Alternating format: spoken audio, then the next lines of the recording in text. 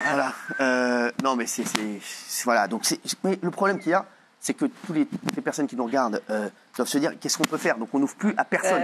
C'est ça le truc. C'est quoi aujourd'hui, ce que vous faites, vous n'ouvrez plus à personne. Donc, Lucas, vous êtes avec nous. Merci. Merci pour votre invitation. Alors, spécialiste en défense anti-cambriolage, c'est quoi la méthode? Qu'est-ce qu'il faut faire? Alors, déjà, bonjour, merci pour l'invitation. Donc, déjà, avant tout, le homejacking concernait avant tout les chefs d'entreprise. Alors, on vous entend pas bien. Est-ce qu'on entend bien, Monsieur Proutot? Vous m'entendez? Ah, mais putain,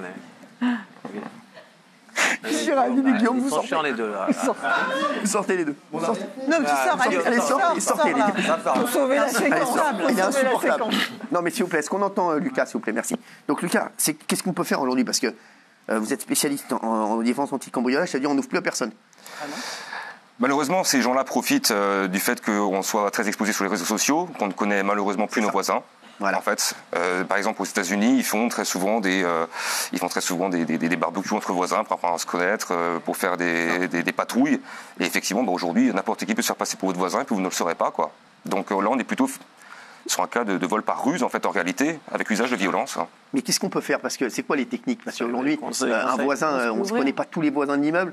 À un moment, il y a un mec qui vient sonner à la porte, il dit je suis le voisin, même dehors, il dit voilà, j'ai besoin de quelque chose. Ouais. Donc ça veut dire, en fait, le problème qu'il y a aujourd'hui, et la société, voilà. C'est ça qui est grave. C'est que maintenant, en fait, avant, on disait, il y avait la fête des voisins, il y avait le truc, on se disait, c'est un kiff, je m'entends bien.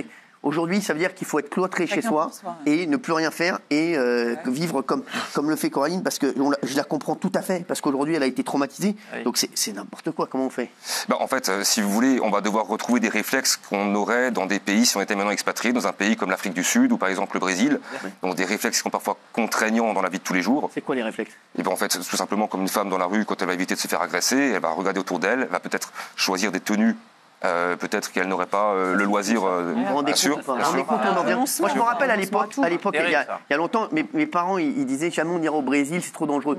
Aujourd'hui, ce qui se passe en France, c'est pareil. J'en reviens du Brésil.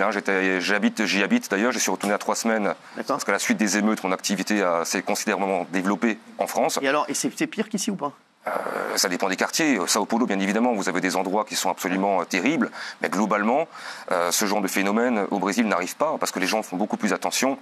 Les clôtures sont plus hautes. Mais si vous nous dites juste faire attention, Monsieur Proutot, on fait comment? Parce que aujourd'hui, c'est quoi la différence entre un cambriolage, un homejacking? Comment on peut se préserver de ça? Alors, comprendre l'origine du phénomène, c'est qu'aujourd'hui, le trafic de stupes, il est saturé et que les caisses des magasins sont vides. Donc ces petits malfrats, entre guillemets, qui souhaiteraient pouvoir rentrer dans le domaine du trafic ne peuvent pas forcément, parce qu'ils n'ont pas forcément les moyens ni l'espace au niveau concurrentiel. Ces gens-là allaient voler ou cambrioler en vol à main armée le buraliste du coin. Manque de peau, il n'y a plus d'espèces. Donc qu'est-ce qu'on reste? On va sur Internet, on scrolle, on regarde une montre, une voiture, on évalue un petit peu le rythme de vie de la victime, on l'analyse, on la file. Et puis on attaque. Et puis après, derrière, il y a 2 écoles. Soit ils s'occupent du butin et puis ils vont flamber, ou alors ils vont réinvestir peut-être dans un trafic plus illicite. Mais pour nos téléspectateurs aujourd'hui, c'est quoi aujourd'hui vraiment les choses à ne pas faire? Parce qu'on le voit, que ça arrive de plus en plus. Déjà, le principe de base, Cyril, c'est de ne pas ouvrir à quelqu'un que vous ne connaissez pas. Pas ouvrir aux inconnus, comme on dirait un enfant. Ouais. Oui, mais c'est un principe de base. On en est là aujourd'hui. Quand tu habites dans un immeuble, par exemple, tu as les déradiations, tu as le mec qui vient également pour voir les purges des radiateurs. On en parlait hier, moi je suis désolé. Quand il y a une livraison, je demande à ce que les gens livrent en bas, au rez-de-chaussée. Je suis au 6e, je descends. C'est un principe de base. J'ouvre à personne. Ça c'est voilà. Voisin qui te rend compte le monde qu'on est en train de où on va. T'as un voisin qui est en danger. Peut-être. Mais on parlait du Brésil. Il cherche de l'aide, il frappe chez toi. Il y a que toi qui est là. Les autres répondent pas. Tu regardes dans l'œil. J'ouvre pas, crève. Tu sais que les touristes au Brésil, par exemple, on leur dit il y a des consignes de ne jamais porter de bague, de pas porter de montre, de pas porter. D'accord. Oui, mais pas exposer les bijoux, mais on en est là. Monsieur Proutot, aujourd'hui, c'est quoi, Monsieur Proutot, les 3 choses vraiment à bannir? Alors si je pouvais déjà donner un conseil par rapport à tous les gens qui sont des chefs d'entreprise, qui sont ciblés parce qu'ils sont commerçants, parce qu'ils travaillent sur les marchés, etc., c'est de dissocier le siège social de l'entreprise de leur domicile. Exactement. Parce que ces gens-là vont sur Internet, sur société.com, Infogreffe, etc., même parfois la CCI, ils vont regarder le domaine d'activité, Et puis, bien souvent, quand on est entre guillemets un artisan classique, on met son siège social dans l'entreprise à son domicile. Même chose pour les auto-entrepreneurs. Je l'avais en fait. Voilà. J'ai déménagé, j'ai changé, mais c'est le même problème. Exactement. Oui. Ensuite, pour les personnes âgées qui sont elles aussi très concernées, je dirais plutôt de mettre, on va dire, des choses, ça peut être des jouets pour enfants, ça peut être de laisser entendre qu'en fait, ce ne sont pas des personnes âgées qui soient isolées, mais peut-être potentiellement qu'il peut y avoir une famille. Il peut mettre par exemple un truc avec marqué Harley Davidson ou j'en sais rien sur le garage. Mais de tromper en fait. Ou chien méchant.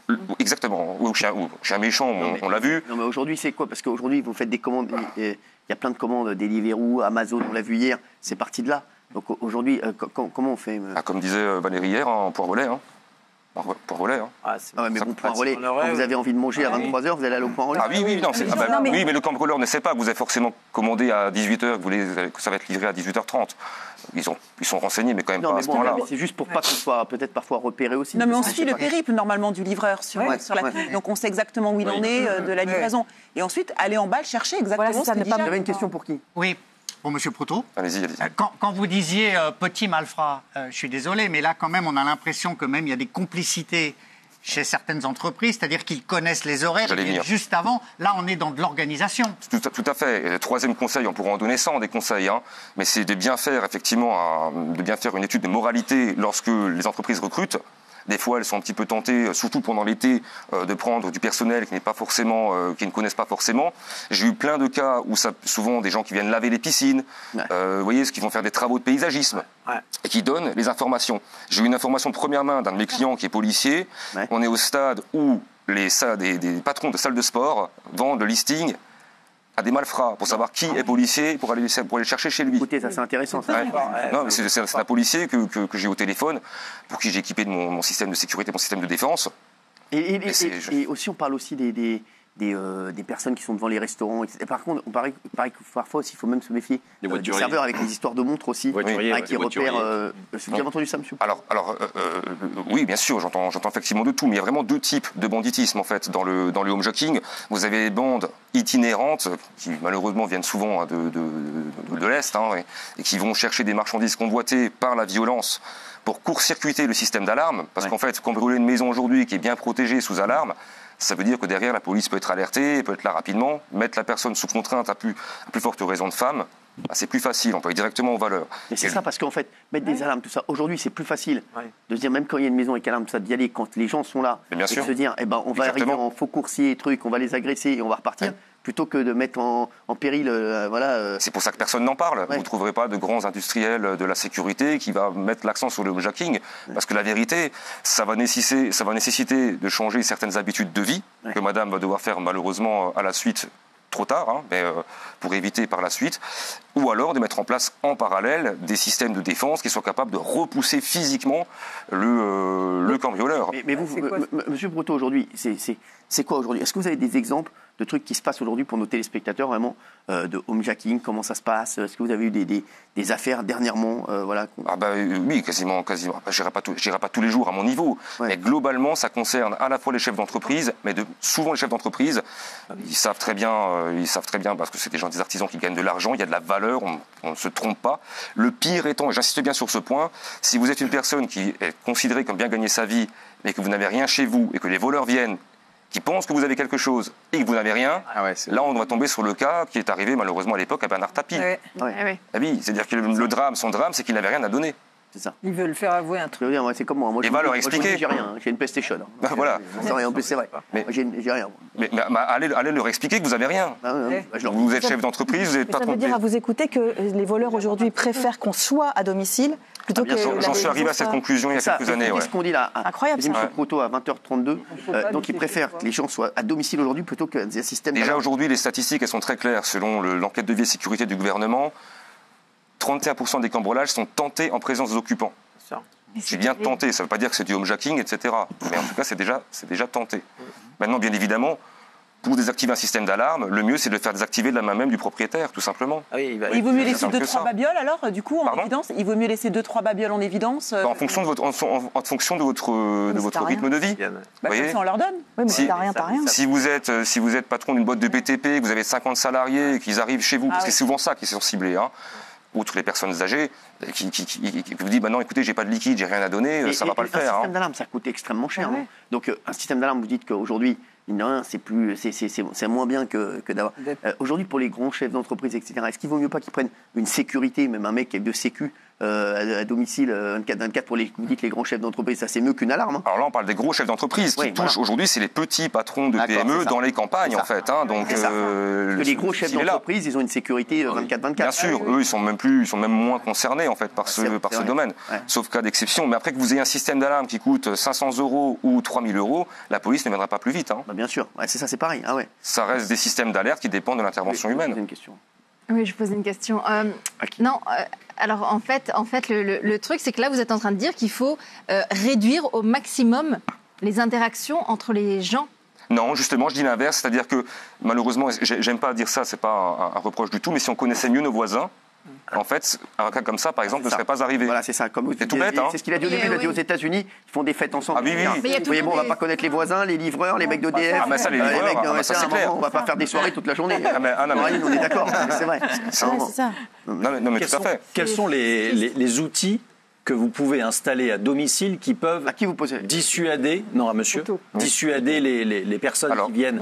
Parce que j'avais entendu dire qu'il y avait des gaz dispersants qui pouvaient, enfin c'est pas j'ai entendu dire, j'avais fait un reportage là-dessus sur des gaz dispersants pour menacer. Non, mais ça dissuade les personnes qui viennent. Là, vous tombez effectivement dans mon cœur de métier en réalité. C'est-à-dire que vous avez deux types d'homejacking. L'homejacking, on va dire par ruse. Très franchement, à part mettre des mesures de prévention, c'est compliqué d'échapper, il faut changer Internet, etc. Par contre, si maintenant, demain, effectivement, vous êtes attaqué à votre domicile, ce que je suggère, en fait, c'est tout simple, c'est de prendre des gazeuses anti-agression, vous connaissez certainement, ce sont les gazeuses, les fameuses bombes au poivre, on intègre dans un dispositif qu'on peut activer à l'aide d'un bouton panique. Voilà, c'est-à-dire que si vous êtes alerté par votre alarme, exemple, vous avez une protection extérieure, qui sont rentrés chez vous, vous restez dans votre zone de sécurité, vous fermez la porte, vous appuyez sur le bouton, ça libère le gaz, les voleurs tous pleurent, ils sont obligés de sortir. Et l'avantage, c'est que ça passe mal les portes, donc vous êtes très très peu impacté. Merci en tout cas, merci M. Proutot d'avoir été avec nous et merci Coraline d'avoir été là, victime de homejacking. Et on espère que vous allez pouvoir reprendre une vie normale très prochainement. Et merci pour vos conseils. Merci beaucoup. On va se retrouver dans un instant avec, on va parler de Stéphane Plaza, puisque